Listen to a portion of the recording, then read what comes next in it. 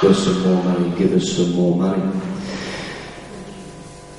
There was a doctor who won a double Nobel Prize, Otto Warburg. A double Nobel Prize, the only doctor ever in the world to get a double Nobel Prize. And he got it because he found that the only way that a cell can ever turn cancerous is when it's deprived of oxygen.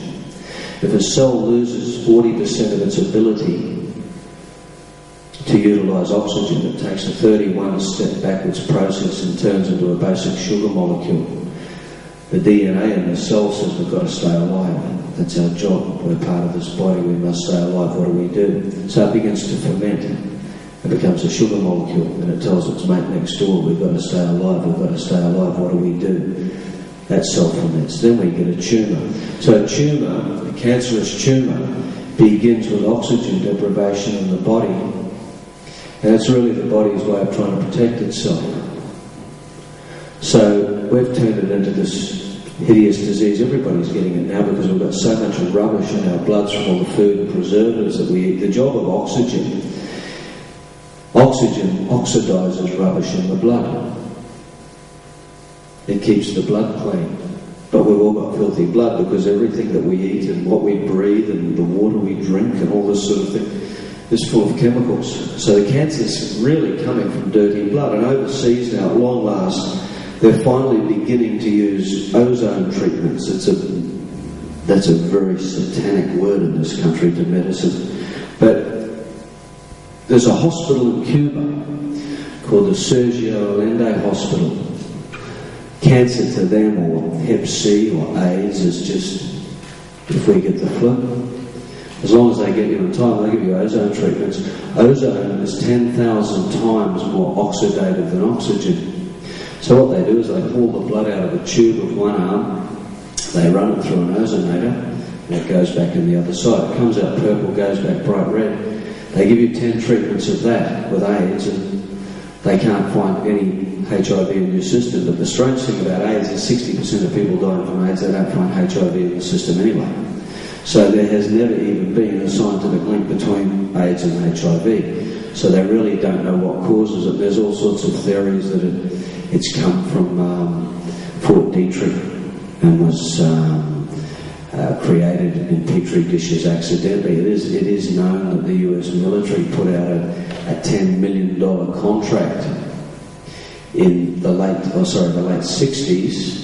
They wanted a slow-acting retrovirus that would break down the human immune system. And there's a guy by the name of Leonard Horowitz, who was one of the chaps that was working at Detrick, that wrote a book called AIDS, Ebola and Other Emerging Viruses. And I think he's on the hit list. He's in hiding at the moment. He has an amazing book, which is people in the States now are stopping to vaccinate their kids, and they're getting sensible with what the governments have been putting into us. But in his book he shows the documents being sent to the universities in the US on the depopulation agenda. The government in the States is literally stating we want the population of the world back to pre-World War II times by 2005. Find ways to do it. So these things, and they all sound conspiratorial, but in reality they're going on, and people say that can't happen. How could that happen? But people say lots of things can't happen, and they do. And we got brought up over here and in New Zealand to go, she'll be right, mate. The government won't do that. We don't have to do anything. How could that happen? The same people march our youth off to war, and so these things do happen. I had an experience in this state a while ago with a chap that's been locked up for murder of Tamala Lawrence, been sitting in jail for 8 years.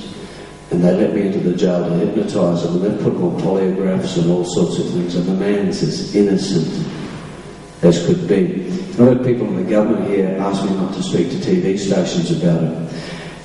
And one reasonably high person said to me, please don't talk to the media. And I said, why? And he said, I've got 4 of these going on at the moment, and I've got a royal commission.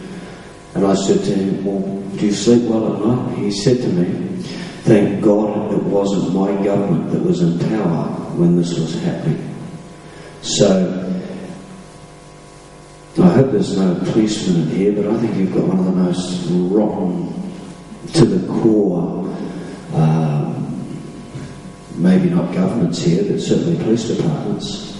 And I'd hate to think, like, you live here, so you'd be aware of what's been on the media, but I'd hate to think how many people are languishing in your jails here that have been thrown in and shouldn't be there. So this is what the powers that be do. And they do it without conscience. They do it with great conviction. And little people, I think it's at the stage now, it wouldn't matter if the whole country stood up to throw the government out, because it can't be done. You know, we've all been so complacent and sat back for so long. When they had the Goodbye Australia party at the start of the Olympic Games, the big party they had, and all the big giant yachts came into Sydney Harbour and the zillionaires were on them. The strange thing was the Australian dollar dropped by about 8% the week before. And the multi-gazillionaires didn't come cruising in here to watch people throw javelins and run around tracks. They came cruising in their big boats because the party was on and they could snaffle up some more corporations and businesses 8% cheaper. As soon as the games were finished, zap, the dollar lifted again. So as long as the dollar's weak and they're pumping stuff out, excuse me, they're making more profit. And there isn't consideration left for the little people in this country, and there's more big people that are becoming little people. So what I'm trying to say here through all this is get ready for some significant changes, because they're coming. And a lot of people just can't keep up with it anymore. You know, we have the highest youth suicide rate in the world, and we're supposed to be the lucky country, and we are, but there's something going on out there that's allowing all this to happen, and we can't stop it anymore. And when they had the games on, at the time I was working in therapy, and I was treating what they call the AGIs, which are the Air Guard Infantry from Amberley. About 4 guys from that, and they look after the F-111s and the F-18s. And I had a sergeant come walking in, and he sat down in the therapy chair and started crying. And he had missed an appointment a fortnight earlier, and I said, "What's the matter, mate? You know, why are you upset?" He's a big burly soldier. He said, "I've just been away on a 1-month course, and we've been taught how to put people into pain with the TV cameras on us and knock them out without being shown." And I said, "Well, you would have learned that anyway, wouldn't you?" He said, "Yeah, but do you know the government's just passed a rule now that we can shoot to kill?"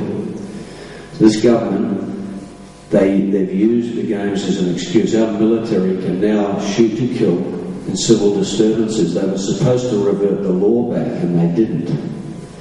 So we're in a position now where the infantry can go into a riot and open up with machine guns. And there's so many laws getting put into place that they don't make the papers, and the papers are all owned by the same media corporations anyway. Time Warner own everything, and all the TV stations, major shareholdings. So there isn't any free media anymore, except if you read Nexus magazines and New Dawn magazines, and then you tend to spend a week in depression after you read the articles in them, so you have to be careful. Buy them every 3 months, not every month, and then you get short of depression and you don't need your Prozac so much. But all these, that's another thing is Prozac. There's a book called Toxic Psychiatry written by a chap, Peter Bregan. Now look at when Prozac came to the market, SSRIs, selective serotonin reuptake inhibitors, and they work on the theory that serotonin floats around in your brain and it makes you feel good. And you've got tiny little cells in the brain, for lack of a better term, like vacuum cleaners, and they're uptakers, and they're supposed to, they suck this serotonin out of your brain, and if they suck too much serotonin you feel ugh. So they've invented this drug called Prozac, which in theory is supposed to shut down these reuptake cells in the brain, which no one's ever seen, by the way.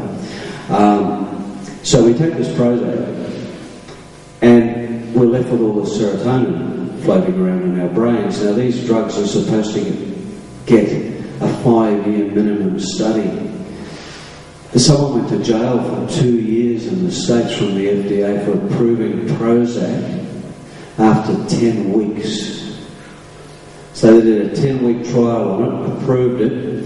5 years later, Eli Lilly one of their executives got locked up, someone from the FDA, but they never pulled the drug off the market.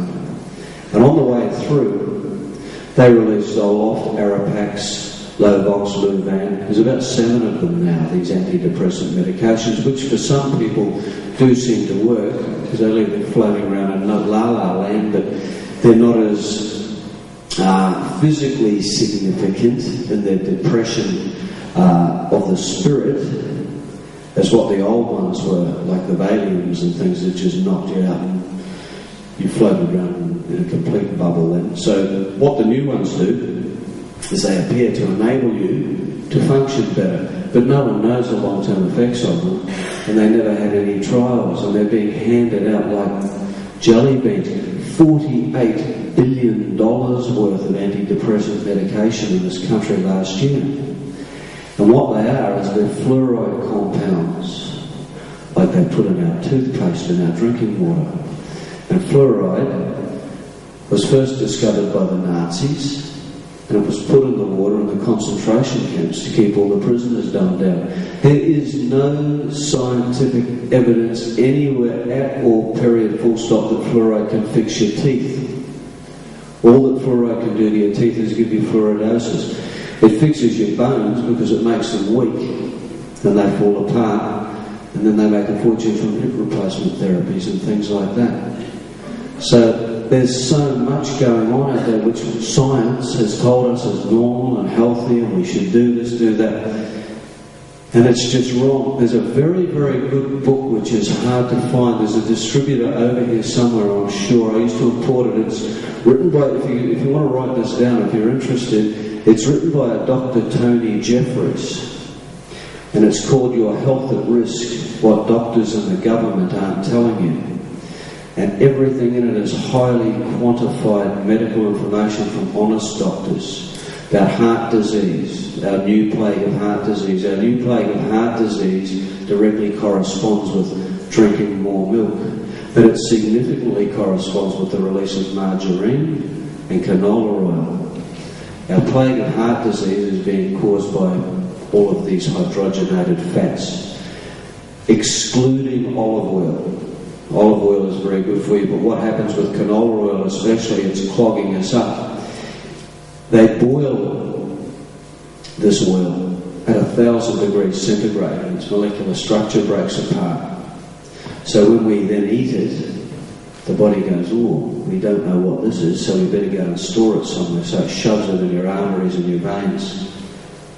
So you see this thing on TV about smoking, because medicine loves to use smoking to cover up its own inadequacies in many cases, I feel. I'm not saying smoking is good for you, but it is used significantly as an excuse. And you see the fat-soaked aorta of the 32-year-old man from nicotine. And it's not, it's bloody margarine and canola oil.